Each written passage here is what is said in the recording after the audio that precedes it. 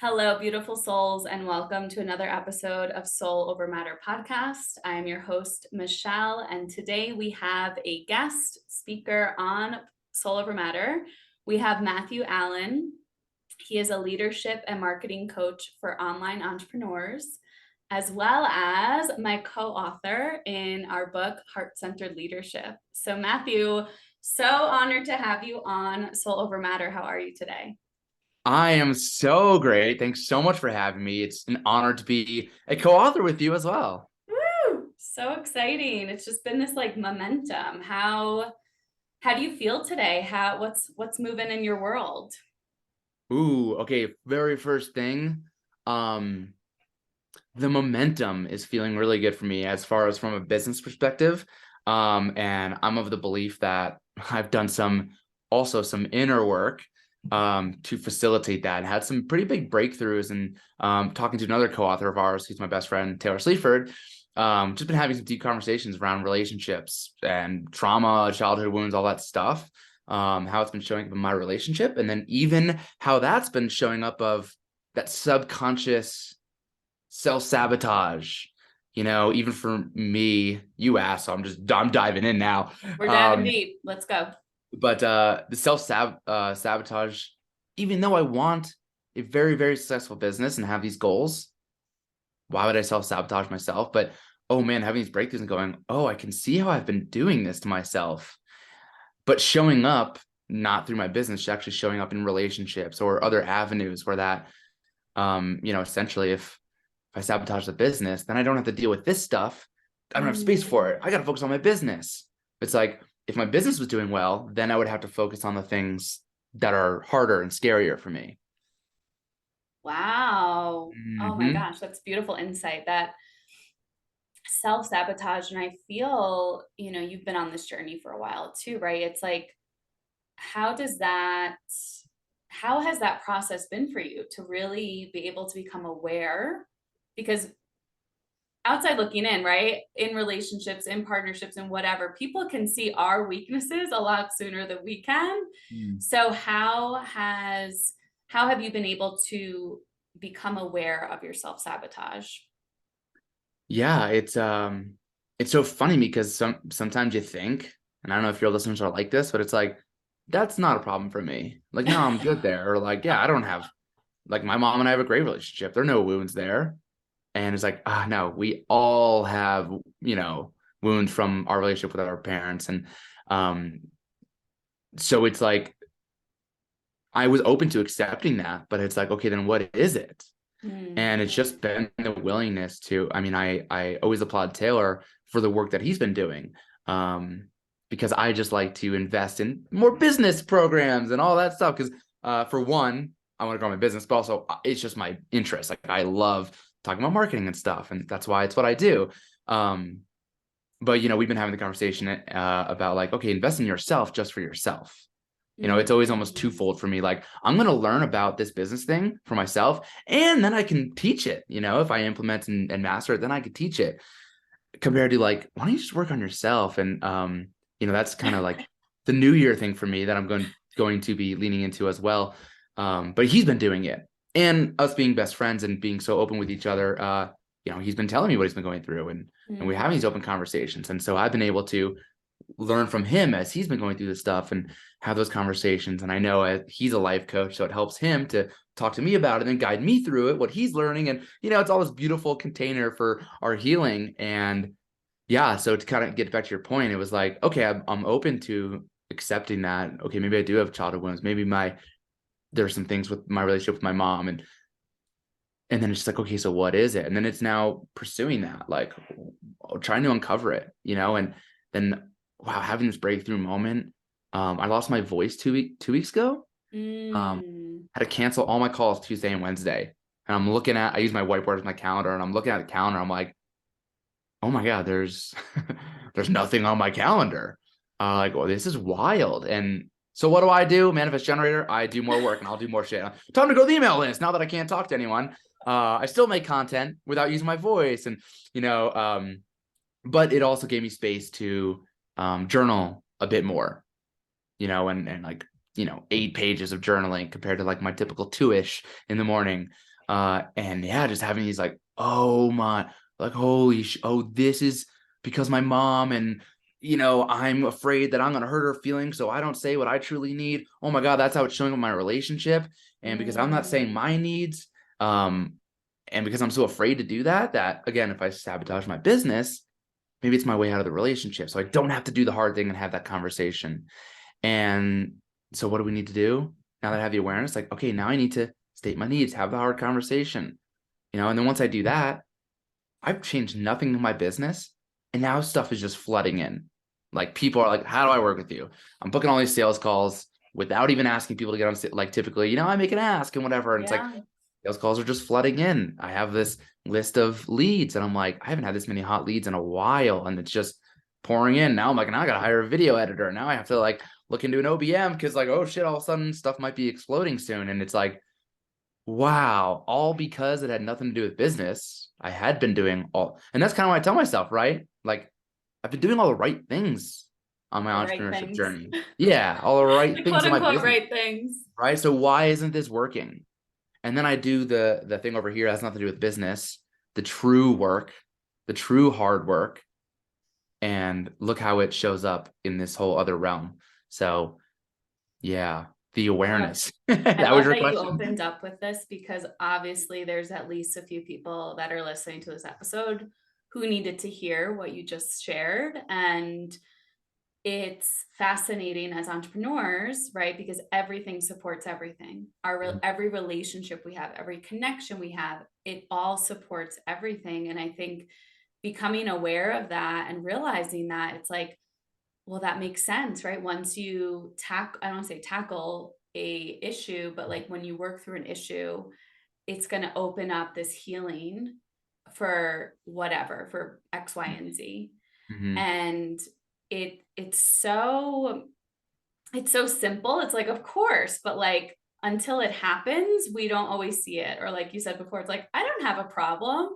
And usually when we say that, like, oh, I don't have a problem with X, it's a deep-seated, hidden, Mhm. subconscious, self-protective mechanism, right? Yeah.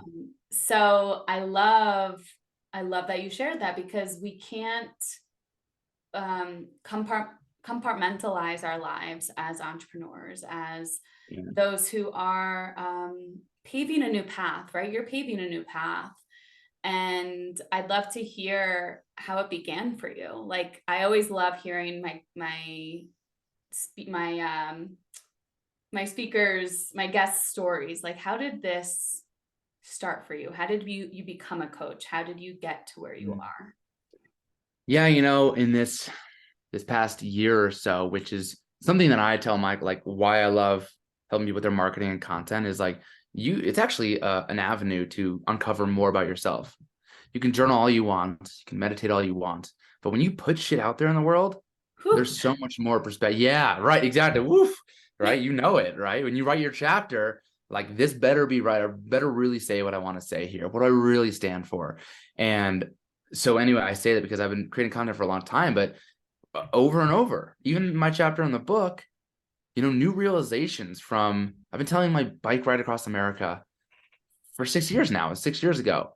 And even this year, I'm realizing new things on what that meant to me and why I did it. And so, I'm happy to get into that. But yeah, you asked about like when did the journey start? Like this year, I've been realizing like, oh my God, I've always been a leader.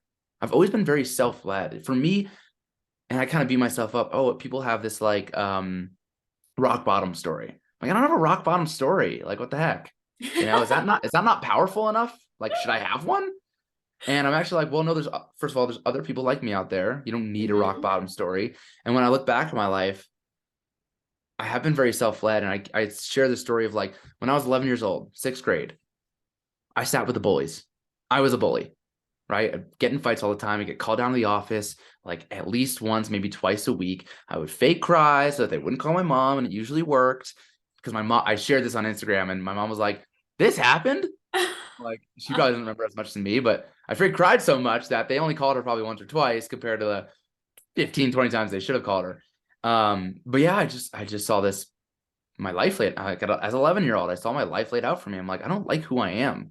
I don't want to be a bully. I don't want to be remembered for this, all this stuff. And luckily I played sports. So soccer was my big sport when I was younger. And I had this group of soccer friends who sat at, a different table. And I'm like, tomorrow I'm sitting with the soccer friends and I'm not going to sit with the bullies anymore. And I'm just never going to go back. And like, can you imagine how hard that would be as an 11-year-old to just ditch your best friends? But like, I had to do it, and it was hard and it was weird. I felt like I was inserting myself. But I just kept showing up day after day. And even that group, I could see the kids' faces. Like, they didn't end up being my good friends for a while. Like, I ended up finding new friends, but it allowed me to escape, being the bully and whatever life that would have led to, maybe drugs sooner later in life. I don't know, who knows, right? And so like, that's one story. I have other stories of like when I was, starting my civil engineering career at 23 years old, the company sent us down for training in Philly. And I'm the youngest, lowest on totem pole, brand new out of college. And we're doing these team building exercises. And there's 40, 50-year-olds here. And I'm like, they put us in groups of 6 and they're like, pass this tennis ball around as fast as you can. Right. And so we like hand it to each other. It's very slow. And they're like, okay, you can do it faster. Like, how do you do it faster? And I'm like looking at these older guys. I'm like, who's going to like take the lead of this group? Who's going to like take charge? And, and no one's doing it. So I'm like, fuck it. I'll do it. All right. You stand here. We're all just going to tap the ball, like whatever. And so it's always these like in all this reflection, I'm like, it's all these one-off moments that I can look back at my life and be like, ooh, I stepped up in leadership, but only until it becomes necessary, only until it becomes maybe a problem, or like looking around being like, anyone else? No one else. Okay. Like, I guess I'll do it. And it's been this beautiful reflection this year. And earlier this year, I changed my podcast name to Powerful Online Leadership. I changed my signature program to Powerful Leader Mastery. And then Caitlin reaches out and says, you want to be an author in a book called Heart-Centered Leadership? I'm like, well, this is working out really well. But in this reflection this year, I'm like, oh, leadership, that's always been the thing. But nowadays I don't wait anymore. I'm not waiting for it to get too bad, right? Learning to trust myself. I know you talk about this in your chapter, like really learning to trust, what does my heart want? I bookmark a piece from your chapter. One of the questions you ask, what do I love doing without an end goal? Or that involves anyone else's well-being except my own. But I love that, like, what do I love doing without an end goal? And so my chapter is about riding my bike across America and now in this hindsight perspective, that was the first time I truly chose something for myself. And I didn't do it to solve a problem. I did it because I loved it. I was biking to work, and I biked when I was a kid. And so I was loving biking again. It was, instead of taking the god awful subway in New York City, I got to be outside and it was saving me money too. So I was doing the bike sharing. So saving me money on the subway pass. But I was just loving it. And then, so I turned it into my exercise and started biking around Central Park, out the West Side Highway, across the GW into Jersey, and, 30 miles, 40 miles, 50 miles. Then I rode 100 miles to my parents' house in Connecticut and back to New York in one day. So I did my first century. I'm like, okay, now what? I don't know. Like, I want to do something remarkable with my life. I'm going to ride my bike across America because I'm dating this girl, and soon enough, we're going to move in together. We're going to get married. We're going to move to the suburbs. We're going to have kids. I'm going to be 65, retired. Now my life can start. What did I do with my life? And so anyway, so in kind of retrospect, and happy to go down that whole story, different story, but to answer your question, like in retrospect, it's like, oh, that was the first time I would truly made a decision for myself. We're always influenced in life, and that's just going to happen. But like, I'm a baseball player. I love baseball. I love the Mets. But like, my dad loves Mets. Yeah, let's go Mets. But my dad loved the Mets, right? He coached my brother and I since we were like, whatever, T-ball up until high school. Like, so I was predestined to love baseball. I'm like, what did I actually ever choose for myself? And it felt like, okay, I'm going to ride my bike across country. And again, the big thing was, I'm not doing this. Sure, I was like, not really happy at work. Days were boring. I was working for the weekends. Like, yeah, there was that, but I didn't do the bike trip to be like, this is going to be the thing. This is going to change my life. I'm going to get into biking. I'm going to open up a bike shop one day. It wasn't about that. It was more like, this is going to be fucking awesome and epic. And I love biking, and I'm just going to do it for myself. And then at the end of it, all these breakthrough moments. But yeah, I just going back to your question, when did all this start? Like, it's always been there. The leadership, the self leading has always been there. And nowadays it's just like trusting that immediately, right? Trusting the heart.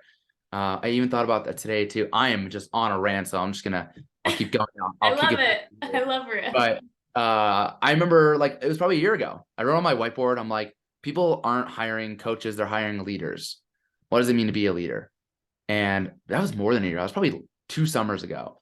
Wrote on my whiteboard, I'm like, ugh, that's like, can I stand on that? Can I stand on that thought? It seems like a thought leading thought. I haven't heard anyone say this before. Like, can I stand on that? And I didn't really trust myself.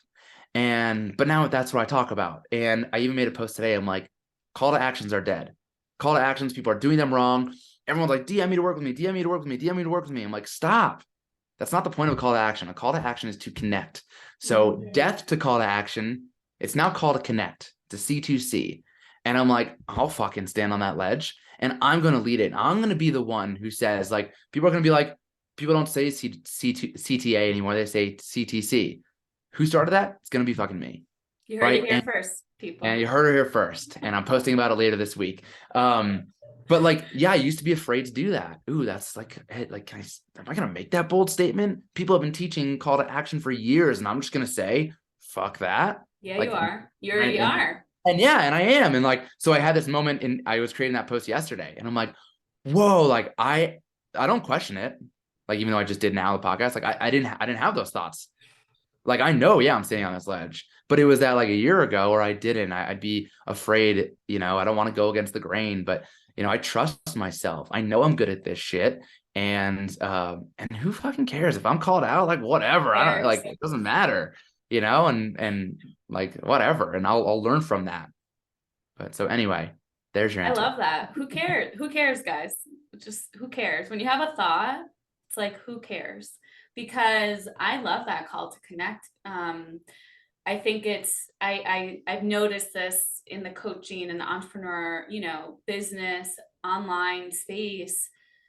A lot of people are forgetting that there's a human on the other side of that screen, right? There's a human that is trusting you to lead them, that is trusting you, that is wanting to connect. They don't want to just DM you and be sold something. And I'm sure you get them too. Like, we all get them, like random cold DMs. And I'm like, I just delete them. I'm like, I'm a person, Yeah. That's the worst, right? Because you're like, and I'll call DM people, but I'm doing it from a place like, I want to get to know you. Like, I don't even know. I don't want to work with you. I don't even know if I want to work with you yet. I want to get to know you. And also, like, I don't even know if I can help you. But that's what we get from these other people who are like, can I help you make 10K months? I'm like, you don't even know if I do that now. You never asked. I could be making $1 million a month just because my follower count's 2,400. Like, you know nothing about me. You never asked. Yeah. I mean, there are people that have a couple hundred followers who are millionaires. Like, we never know. And I think back to your point of you've realized, like, wow, I never had a rock bottom. And that's true. Some people don't. It's like you've noticed this pattern in your life where you have always been self-led. And I know that feeling of, yeah, kind of looking around at first, like, is anyone else gonna take the lead here? And then you're just like, all right, it's me, like, spirit, whatever is like, oh, it's hello, like, that's your invitation. Because I know as many-gens too, it's like we're meant to respond to something. So with biking across America, because I read your chapter and I was just like, this is potent, because you then went back to your 9-to-5 job. Yeah. So first of all, how long did it take to bike across America? And what were some like lessons? I know you kind of said you felt them in reflection, but like, what were some moments during that time being alone across across the span of the USA? Like, what came up for you during that journey? Yeah. So it's 90 days, 5,019 miles. There is a pre-planned route, which I probably rode about 80% of. But it starts in Virginia. I started in New York, so kind of met up with it.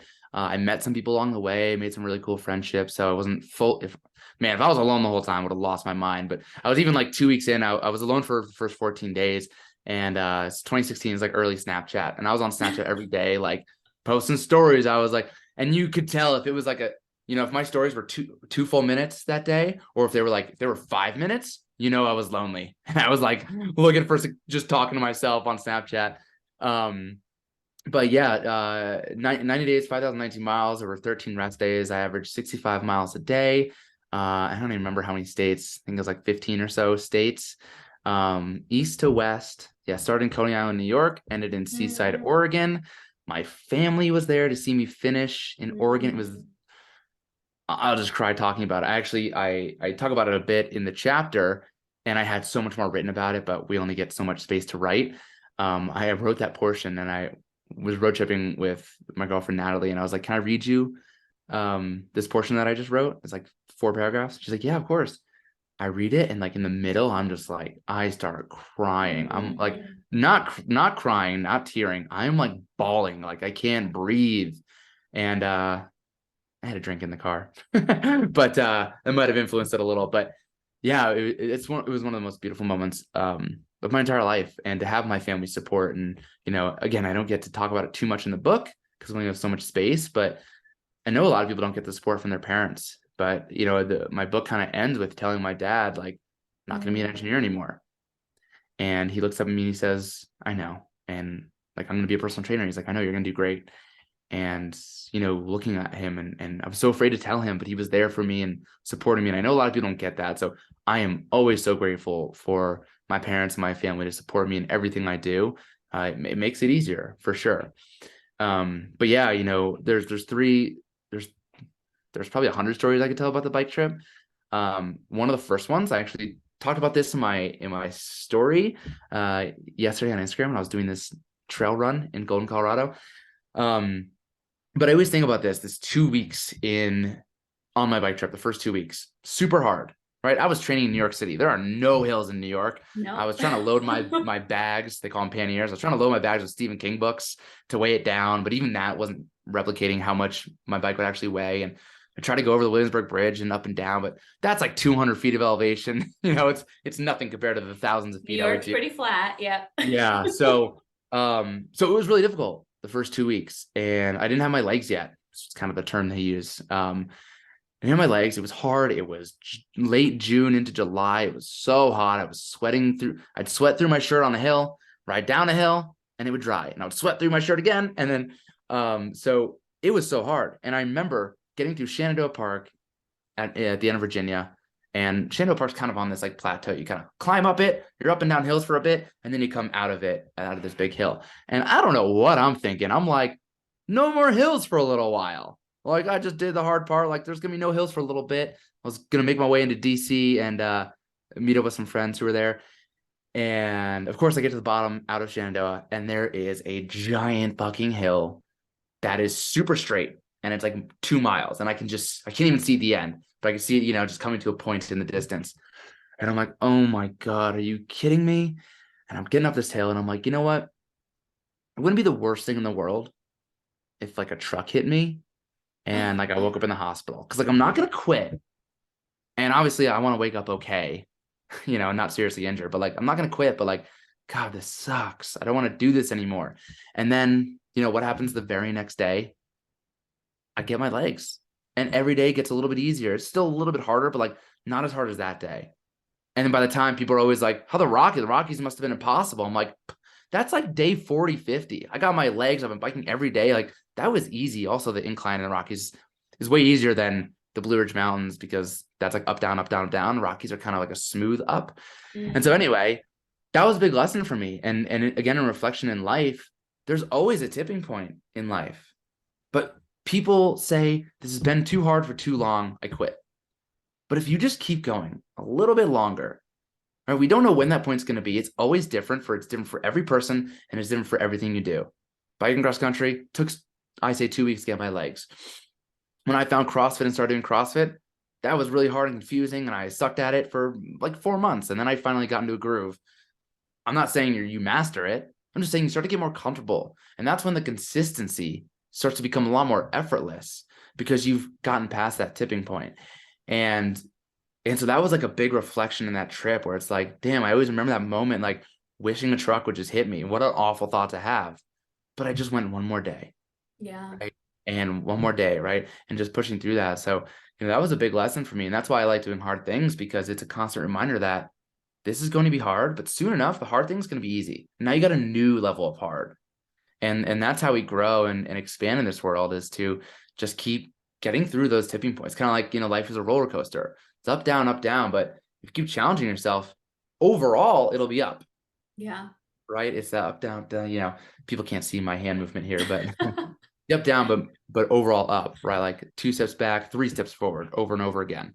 And so like that was a big lesson. Another big thing was like, how many times I heard people be like, "What are you doing?" I'm like, I'd be in Missouri, and I'm like, California is always easier to say, even though I was going to Oregon. But I'm like, yeah, riding to California. They're like, what? I can't even ride to the end of my driveway.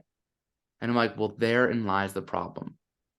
Because you are going to continue to tell yourself, I can't even ride to the driveway. And if you don't even think you can get to the end of the driveway, then yeah, of course you can't ride your bike cross country.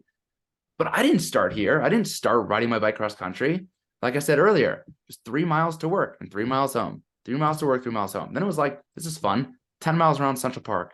2 laps, I think, is 12 miles. If I remember correctly, around the big loop. And then the 12 become 20, and then 20, and it was like, I didn't just get on my bike and ride across country. I was training for about a year and a half. I was on the bike. I took 7 months to prepare, learn what bags, learn how to change a tire, learn how to change a chain, fix my spokes. Like I learned all of this stuff so that I was prepared. I didn't just get on and do it. But yeah, people love to give themselves an out so they don't even have to try. Because if they do try, then they're a failure, and then everyone's gonna make fun of them. But like, is that really how, we were talking about this before we started recording? Like, is that really how you want to live your life, based on the fear of judgment? Or like, hey, you don't have to tell anyone. Just get on your bike and go to the end of the driveway. Just Do get that on for a the month. bike. Just get on the Yeah. bike. Well, Yeah. yeah, that's that energy too of being self-led, right? Just trusting yourself. And our minds are so powerful, right? So we are going to tell ourselves certain things, and then that's the truth, right? You talk about that in your chapter. The truth happens because you believe in it. And it's like, it just, of course, yeah, you can't go past your driveway if that's what you're telling yourself every Yeah. day. And while you were talking, I also thought about how so many people see our stories, quote unquote, our successes, and think it happened overnight. Mm-hmm. Oh And yeah. it's like day in, day And people out. have heard that before too, right? 20-year overnight success story. They still don't believe it, right? But here's another reminder that there is no overnight success. That, like, you and I are here talking, and I get chills because I've been interviewing so many of our co-authors, and it's like, I'm like, we're both here because we trusted and we failed and we tried and we continue trying. We continue this persistence of our lives and being self-led and going first, right? Going first and being like you said, the CTC, like it may make no sense, but guess what? Steve Jobs made no sense. All these people made no sense. Right. And they were visionaries. Like that's what a Right. visionary is. That's what a leader is. It's someone who has an idea that isn't in the world yet and created Yeah. it. Yeah. To this topic, it's like, yeah, you want to create change in the world. That seems so far away. It's like, yeah, you're not going to change the world tomorrow, but it's through these little things. Me calling out CTAs and now calling it CTs, changing the world. No, but it's these little bit of movements, towards trusting myself a little bit more. It's just all a practice. And I even say at the end of my chapter, I'm like, should you ride your bike cross country? I don't know. Like, probably Yeah. not. That's probably not the thing for you. But in reading this and listening to this podcast, like, there's probably something that's lighting you up. And when I say, I'm like, pursue what piques your curiosity. And that's what I ended up doing. So like the third lesson I want to tell was, I got to the end of the bike trip, and then it's like, oh shit, now I'm going to go back to New York City and be a civil engineer. Like, fuck, oh no. And so I just made a declaration to myself. I'm like, I'm on the pursuit of daily happiness. I just saw 90 days, even the hard days, the cold, rainy days. I remember thinking, this is better than being behind the desk, in New York City. Mm. Even though I was like miserable in that moment, I'm like, still better than that. I'm like, 90 days was amazing. So I've seen a life I could live. Wasn't making any money, but I see a life where I could love every single day. So now I'm on the mission to, how do I find that?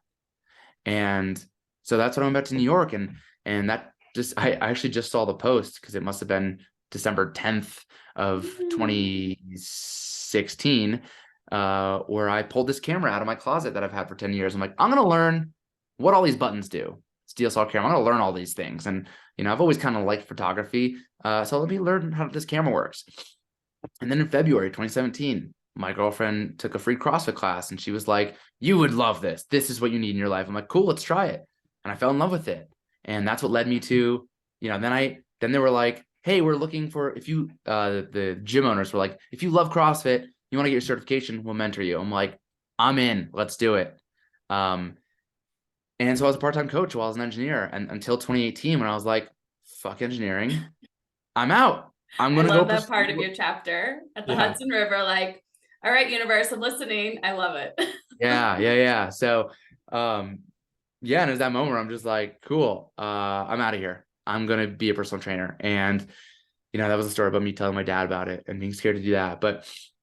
But yeah, see, it's like all these little moments are leading up to it. I didn't just bike across country and my life changed. It took over 2 years to finally quit engineering and move to Colorado. And guess what happened when I moved here? 4 months after being a personal trainer, I'm like, I don't really like this like I thought I would. And so I really started leaning into photography, and I was becoming the Colorado CrossFit photographer. And through that, I learned what it meant to be an entrepreneur, how to market and brand yourself. I was falling in love with branding, and I just keep following these little.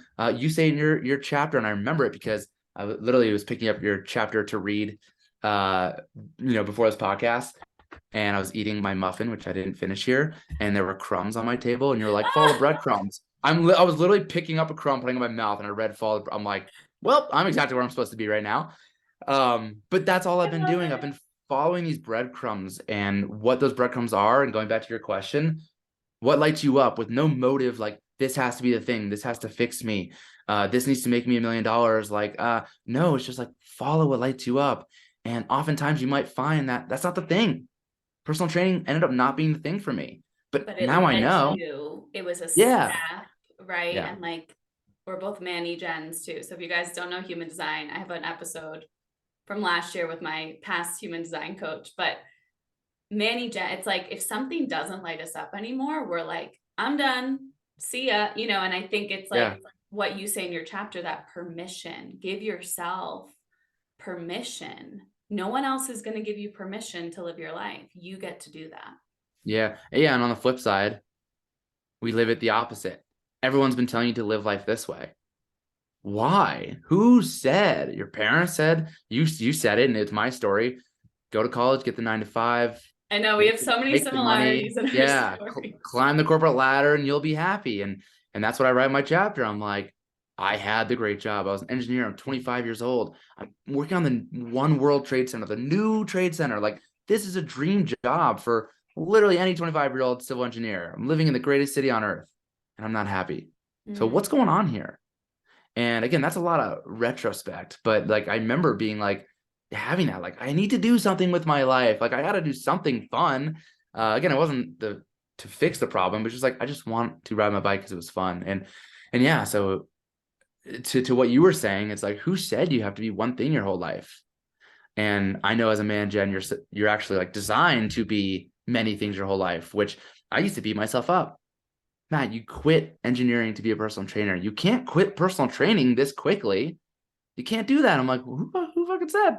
Like, I'm the pursuit Well, of we're happiness. seeing in our society too, the quitting or divorcing, or anytime we end something, it's seen as a negative in our world, right? And it's like, there's a great book. I forgot who wrote it, but there's a great book about quitting and like how it's not wrong. It's like you said before, this, you didn't know what the answer was, but you knew that you weren't happy. You knew that Right. something was itching at you of like, I need change. And I think people listening have to hear that, right? It's like, you don't have to know the solution, but you get to know, okay, I'm not happy. I get to make a small step to change.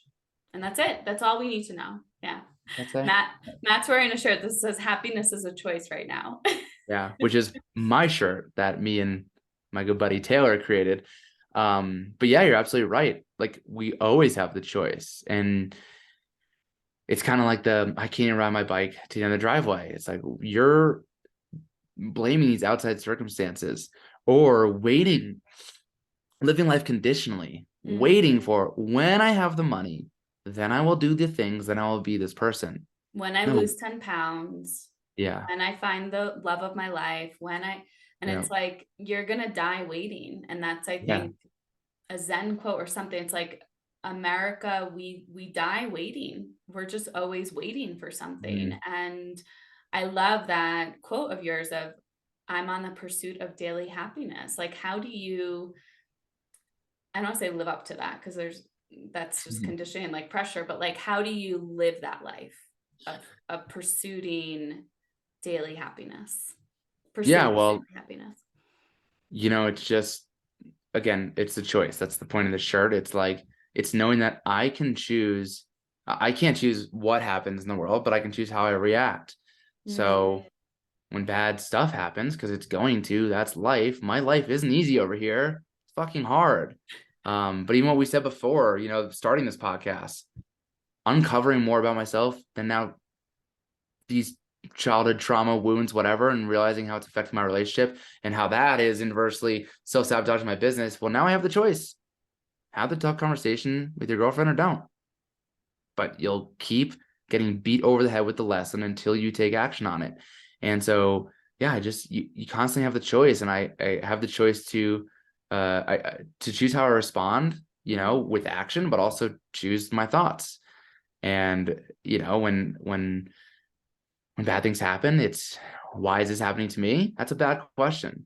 What is this trying to teach me? That's a better question. What can I learn from this? That's a good question. It doesn't mean, if a loved one dies that you can't be sad, but you can also say like, how beautiful is it that I can be so fucking heartbroken in this life because I get to love someone so much. What a mm. beautiful human experience. This is still really hard. I'm having a difficult time. But like, wow, isn't that great that I got all these moments that I could be so in love with someone, you know?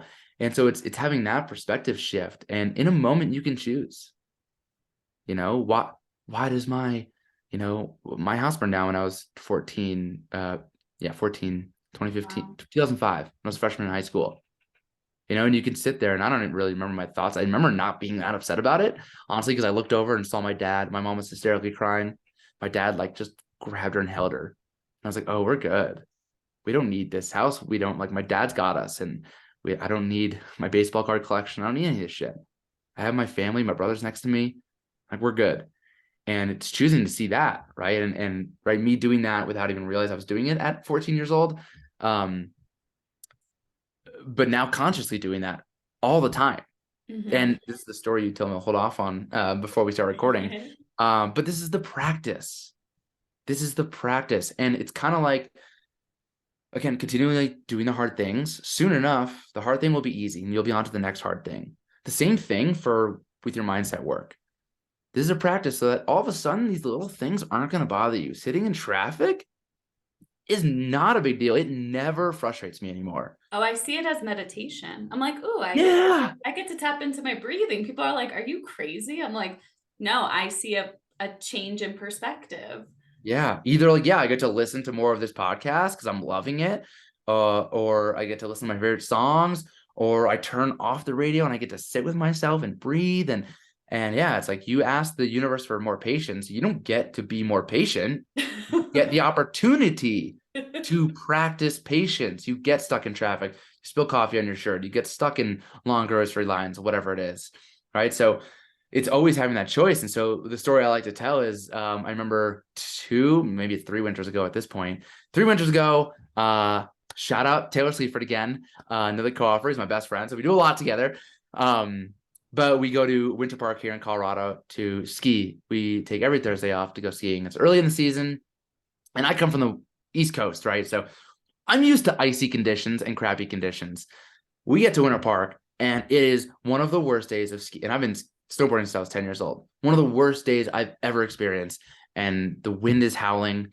I took off my glove to take a photo, and in 5 seconds, my fingers basically fell off. It was bad, and the wind had blown all the snow off the mountain. We're like just, on this ice. That's our first run. It's terrible. And we get down to the bottom. We get on this chairlift, this little 2-person chairlift, me and him. There's no lines. We hop on.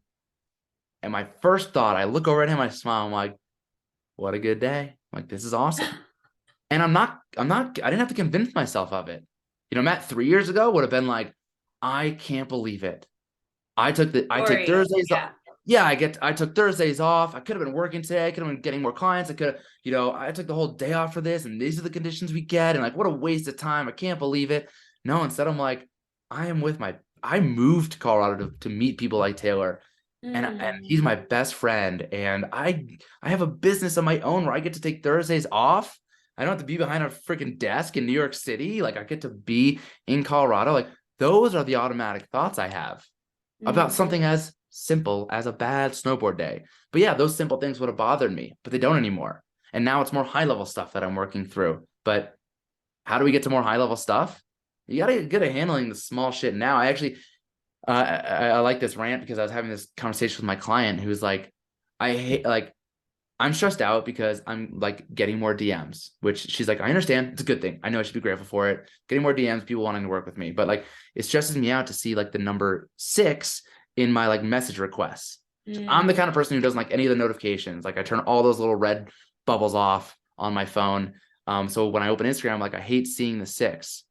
And I'm like, listen, you want to become a very popular coach, personality on Instagram. You want more clients. You want to be flooded in the DMs. Well, if one day what you really want is that 99 plus notification there, you're never going to get that until you can handle the 6. And if you keep letting the 6 stress you out and you don't know how to manage that, you're not going to get 10, and you're definitely not going to get 20, and you'll never get that 99. So this is now, right? This is the universe, whatever you want to call it, offering you this opportunity to deal with the exact spot you're at right now. The universe never gives you something you can't handle. So all of the stuff that we go through is the opportunity to become the person you so badly want to be. It's your opportunity to step up and handle these situations, learn how to deal with your emotions, or have the tools in place to, like, whatever the thing is, right? And until you do that, you're not going to get that next level. Yeah, I love that. It's true. It's like, you want more business. Imagine 3 more zeros after the amount of followers you have, right? Like, imagine that much more exposure. Imagine that much more. It's like, that's how we grow. That's how we live. Like, it's so easy to want things and desire things, but unless you're working towards what you have now, or working with what you have now, yeah, it's just. Well, here's what people say, right? Yes, Michelle, it sounds great. I will take all those zeros after my followers. But you know what comes with that? A lot more haters. And a lot more people calling you out and saying, fuck you, you don't know what you're talking about. But you can't handle one hater right now. It ruins your day. It ruins your next 2 days. You can't let go of it. So until you learn to let go of the one silly comment, you're not going to get 100,000 followers, because that comes with a lot more haters. Even the relationship, I want this beautiful connection with my partner, right? Well, you can't even have the tough conversation now. So you don't get the connection that comes with that. Yeah. Oh, we could talk. We could talk forever. This was so empowering. I'm like, let's go, Matt, let's go. Come on. I love it. I love it. You don't know how badly I want to post like 8 times today, because this is the place I'm at now. Like, yeah, I feel like now that I've moved through this, and there's still a lot of work to be done, and there's still some conversations I may have avoided because of my own wounds, and I'm aware now, working through it. But yeah, all these things are coming to me now, and I'm like, now I just want to post 8 times a day. I want to get going. And it's like, it's a beautiful place to be. But man, yeah, it's that overnight success. People start seeing this. Oh, maybe the new year I make all these sales, and like, damn, how'd you do this with your business? You just did this and it was so easy. It's like, are you fucking kidding me? You have no idea what I've been working through over here. But yeah, it has been the work, and it's the all around work. It's the work that I love, because I do want to be the best version of myself. I do want to look back on life and being like, I fucking went for it. Oh, Right. you're going for it. I mean, Yeah. your chapter, if you guys are listening and haven't picked up our book, Heart-Centered Leadership, I highly recommend it. 22 stories, 22 humans, and each story is so inspiring and beautiful, and like the thread that we all have together of just leading ourselves. No matter who you are either, even if you're not an entrepreneur, like it really is like chicken soup for the soul. Mm. And yeah, I feel you. It's that Manny Gen momentum sometimes where we're like, we have so much to do. We want to do all the things. And Yeah. it's like, okay, breathe, process. Yeah. Yeah. Totally. So Matt, how can people find you? How can people work with you? This has been a pleasure. I just love the energy you bring, and just your pizzazz for life. It's Mm. infectious. Yeah, thank you. I appreciate all the nice words. And same to you. Yeah, I love when we chat because we're just vibe off each other so hard. You can find me on Instagram. That's where I hang out the most, Matthew.Allyn, Allen with a Y. And I'll tell you what, if you DM me and said you heard me on this podcast, I still have some books laying around. So if you DM me and specifically call this podcast, I'll send you one for free. I got a Wow. few left, so maybe two or three. Whoever's the first people to do it. And yeah, I love connecting with people. So not in a salesy way, just like I love meeting people. And if you're listening to this podcast, I'm very positive I would love meeting you and we would vibe. So find me on Instagram, and then you can also check out my podcast, Powerful Online Leadership, where I talk about mindset. I dive into business and all that stuff. So yeah, that's where you can find me. Those are the two spots. Amazing. I can feel your passion, how you don't feel like it's a job because you are so passionate about connecting. It's like, yes, you do sales, yes, you do marketing, but it's the connection. You love people, you love connecting, and that's Yeah. what makes you so good at your quote unquote job, right? Because it's Yeah, like thanks. we never work a day in our lives if we really enjoy what we do. So it's been a pleasure having you on Soul Over Matter. And yeah, everyone go check out Matt. It's just amazing. Thank you so much Thank you for so being much, here. Michelle. See ya.